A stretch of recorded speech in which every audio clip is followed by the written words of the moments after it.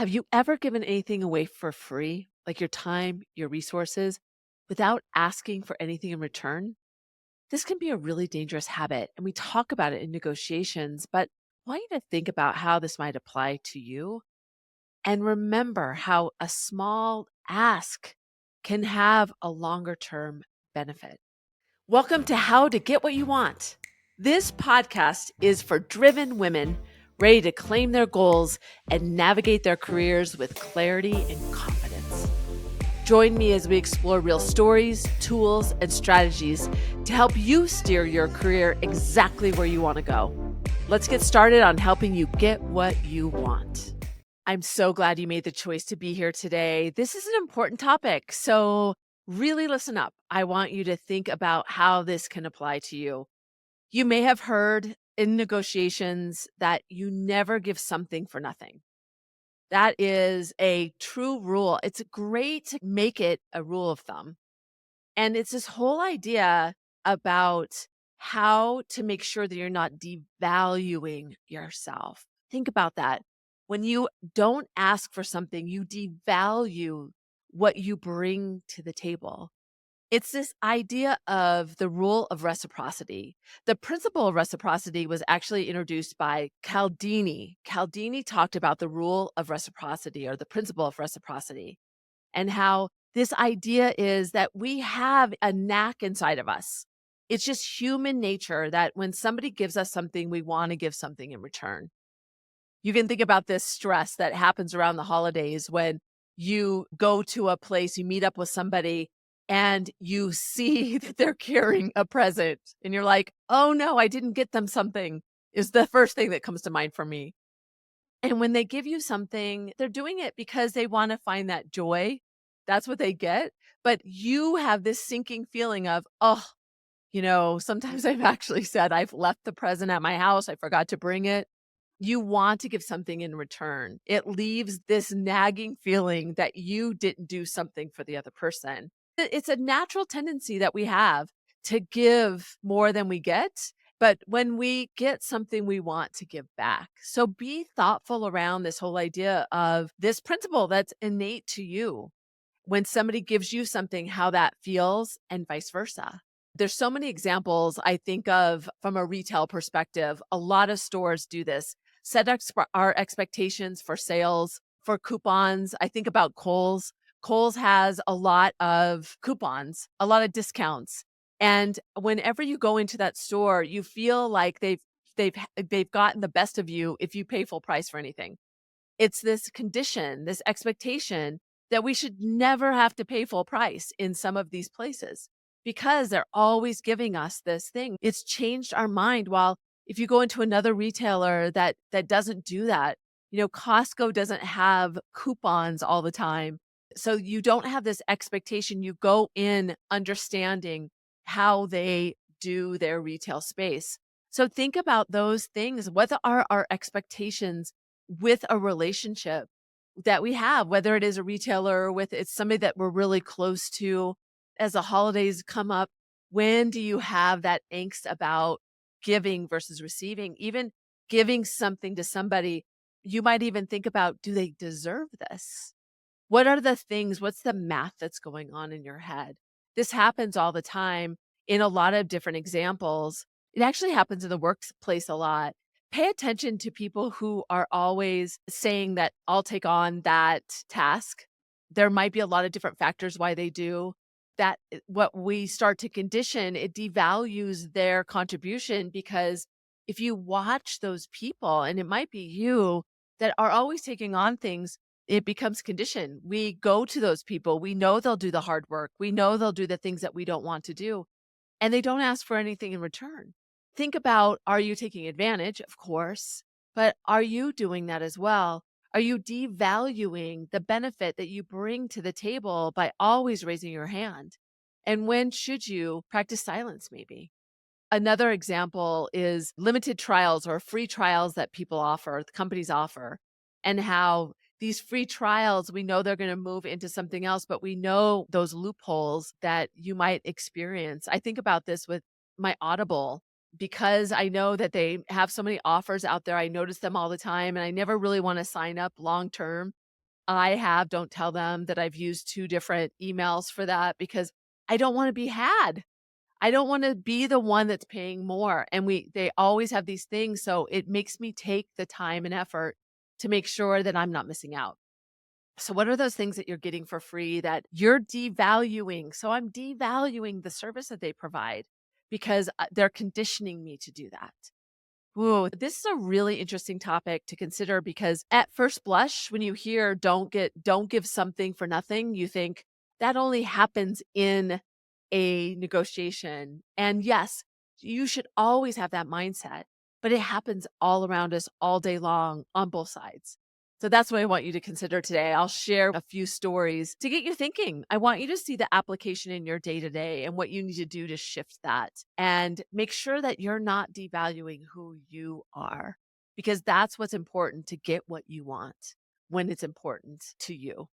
Let me share a couple stories to give you some context so you can think about, and this may really hit close to home for you. My friend James, we used to work together when we were at Comcast, and he was sharing with me a story. He's a senior leader. It was the last organization that he was in, and he was really working on building the relationship with his colleagues. And so, in the staff meeting, when they would meet and give status of things that were going on in the business, and when there was anything that wasn't nicely fit within somebody's organization, he would volunteer to take on that project or that task or follow up with that person or email this person to do this. And what he started noticing over time is he would jump in thinking, I'm being so good to my colleagues by being the one that takes action and giving to them. And over time, what happened was they just would just sit there and let James take on more and more. And he started realizing that people would turn to him literally and look to him whenever one of those things that either people didn't want to do or that was something that was outside of their regular day to day, James would take it on. And so he started noticing that people devalued his contribution and he really put himself lower in the hierarchy of everybody else because he was taking on all these tasks that were really kind of below his pay grade. I don't like to look at it that way, but he really devalued the leadership that he brought, the perspective. It started to dilute his opinion a little bit more in the meeting. He started seeing the dynamics with his colleagues that they would ask others for their opinion versus his. And he started noticing that. And it was really an interesting, really clear example of how he himself, out of the goodness of his heart, wanting to give more and more and be that person, really shifted the way people saw him over time. So when I think about that story and I think about James, and of course we had this conversation, and understood that he needed to stop doing that. He needed to change that relationship in that example or that situation so that his colleagues would see him differently. He didn't mean to do it, but it was just happening over time. Being an observer of yourself in those situations, especially when there's power at the table, if there's influence in the mix, when you're with your leader, when you're with people that are at different levels, look at how you are participating alongside everybody else. Pay attention to what is happening around the table. I think about this a lot because this is a very standard when it comes to negotiation. I try to ask for something, or even if it's something small, because then it gets that expectation out there. I think about a deal that I was doing with a client, and we really wanted their business. And I remember every time they came up with something around timing, or they didn't have enough budget, or all of these things, I was so fast to jump in and say, "Well, then we'll give you this. We'll concede to this. We'll give you this benefit." If they brought up money, I wouldn't just throw in one thing, I would throw in 2.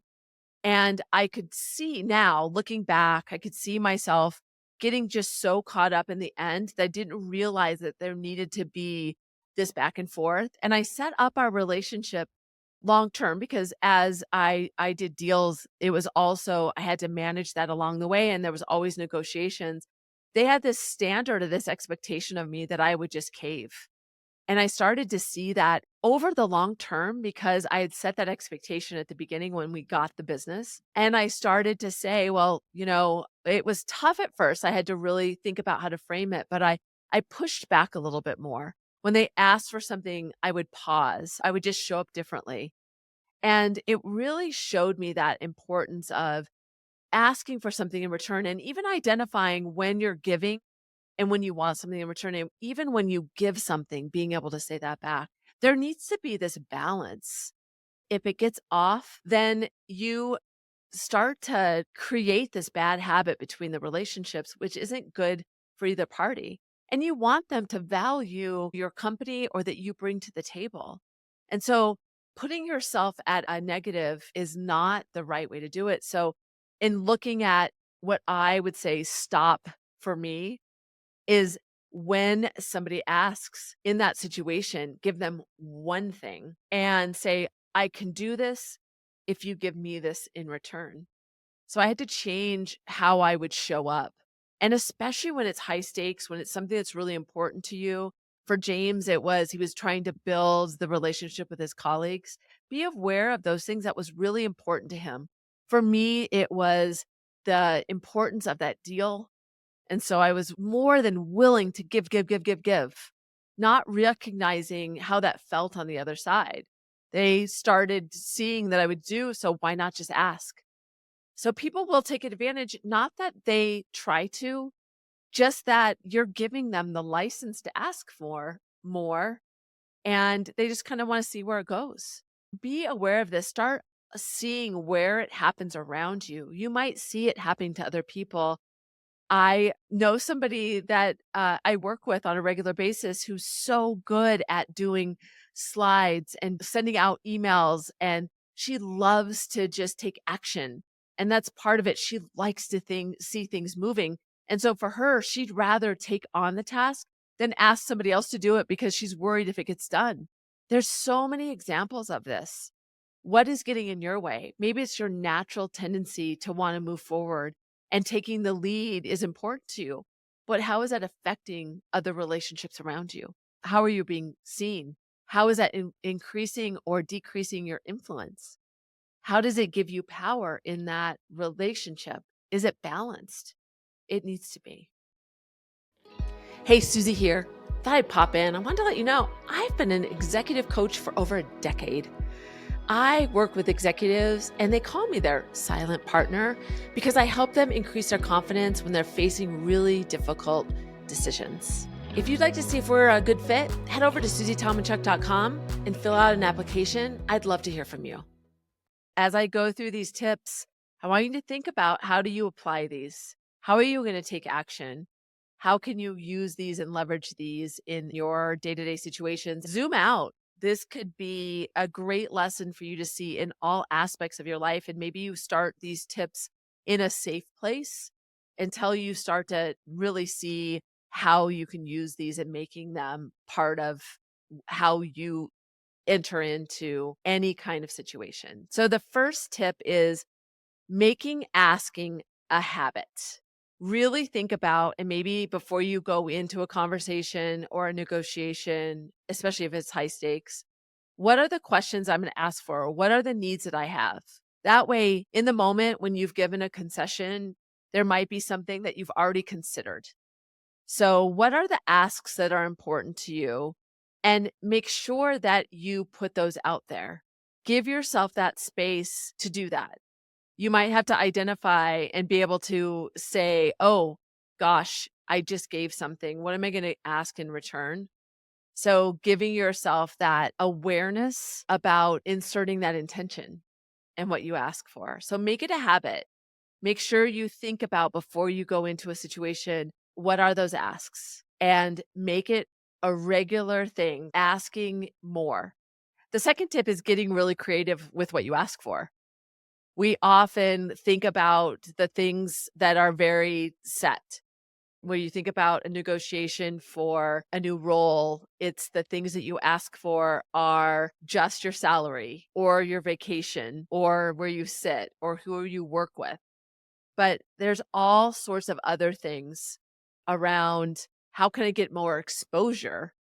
What are the ways that I can get more development? And maybe it's not an investment. Maybe development comes from having a mentor internally. Get creative with what options are around you. And sometimes to get creative, what are some of the other people in your organization getting? Be curious about that. How did they get invited to this meeting? How did they get the experience of leading that project? What are the things that you might not be aware that you could ask for? If you're given more responsibility and you take it, what can you ask for in return? And maybe it can be as simple as saying, I will take this on now as long as you and I can have a conversation about what can I get in return in a month. So I'm going to put a meeting right now on your calendar that says talking about this ask and what we're going to do. So getting used to that doesn't have to feel really scary in the moment. They don't have to deal with it, but you're giving them that idea of how it's going to come back in the future. When you think about that and taking on more responsibility, say yes, but what is that ask going to be? And even if you miss that moment, you can circle back. Be creative about what you ask for. And then the third tip is use small asks along the way. What are you regularly going to ask for that's going to build leverage? That example I just gave about saying, I'm going to put this on your calendar. I need this time. Ask for more. Just increase that. When you increase what your asks are, you get used to doing it. And people get used to you asking, being more of an asker. It's an expectation. I learned this through my peer Dan, who asked for everything. And watching that really opened up my eyes to why not me? And when I didn't ask, they didn't assume that I would. I became the path of least resistance, and they just made concessions for Dan, even when he didn't ask because he was an asker. So, really think about how do you increase that, even small asks. It's identifying it and then asking for those things. So, the three tips are making it a habit, doing it on a regular basis, identifying that. The second one is getting creative about those asks. Think beyond the box. Think about things that other people are getting. Really be creative around it. And then the third is just increasing the volume, seeing those small asks as over time, small asks create more momentum, whether it's that specific ask or it changes that impression of you and that expectation that you're going to ask for more. It's powerful just to be an asker. Sometimes it might not feel comfortable, and especially when you're starting, but use these three tips and really consider the impression that you're leaving if you don't do it. It's important to really consider how do you want to be seen? What is that perception? Always asking for something when you've given something is a great rule to start this habit for you. So are you glad that you tuned in today, right? You're going to like not walk into Costco or Kohl's the same again. You're a changed person. It's such an important thing to think about. It's such a subtle idea, but a powerful one. How are you decreasing your value? I want you to really think about and be an observer over the next week about how is this getting in your way? How is it getting in the way of other people around you? This whole idea of reciprocity and what goes on in your mind, how it then influences your behaviors. Watch how quickly when somebody gives you any kind of, apprehension or any doubt about something that you might try to overextend by giving them something more. Then also think about when somebody asks you for something or you give a concession, but start to think about how do you equalize that. That's a pretty big ask. Let me think about what I want in return. Those are okay to say. And you can start even telling people around you. I've really started noticing that I'm not allowing myself to really let my value shine. So you're going to see me pushing back a little bit more, really having my boundaries about taking on more things. Even saying that to your boss or people around you can be really powerful for you to reset your mindset, can also get them kind of ready to hear you say no, and so it feels a little bit better or asking for more. So what are you gonna do to really think about how do you increase your value? How are you gonna ask more? Every time you make a give, what is that you need in return? It doesn't have to be big, but have this awareness about how this might be getting in your way and the people around you. And maybe you can be a great ally for somebody to help them understand this. In fact, you could just forward this podcast and this show to them. You are definitely welcome to do that. So, here's my call to action to you. Next time you give, ask yourself, what do I want in return? Even if that starts with just that acknowledgement to yourself. What should I have asked for? Did I just give that I didn't even realize I was doing that? Start small. And over time, you'll start to notice it will become more automatic that you'll say, oh, that was a gift I just gave. What do I want in return?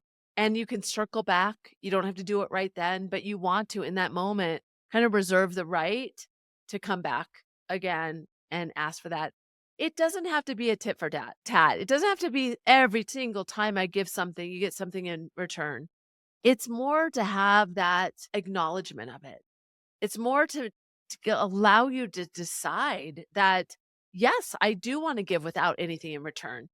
That's a conscious choice, not a reaction to. So that's where I want you to really walk away today in thinking about, how do I need to observe myself to see where there's opportunities to increase my value by maybe just practicing silence, just acknowledging, or even increasing the ask. There's a lot of ways to do it. If you want to continue the conversation, sign up for my newsletter. I share every week personal stories from clients, from myself, and give you tips on how to continue this idea of adopting a negotiator mindset, because it is something that empowers you to seize opportunities and to show up in a way that benefiting you, whatever that means for you. It's not becoming somebody else. It's just giving you the courage to show up in a way, because negotiation is more than a skill, it's a mindset. Until next time, I'm Susie. I'm so glad you were here today.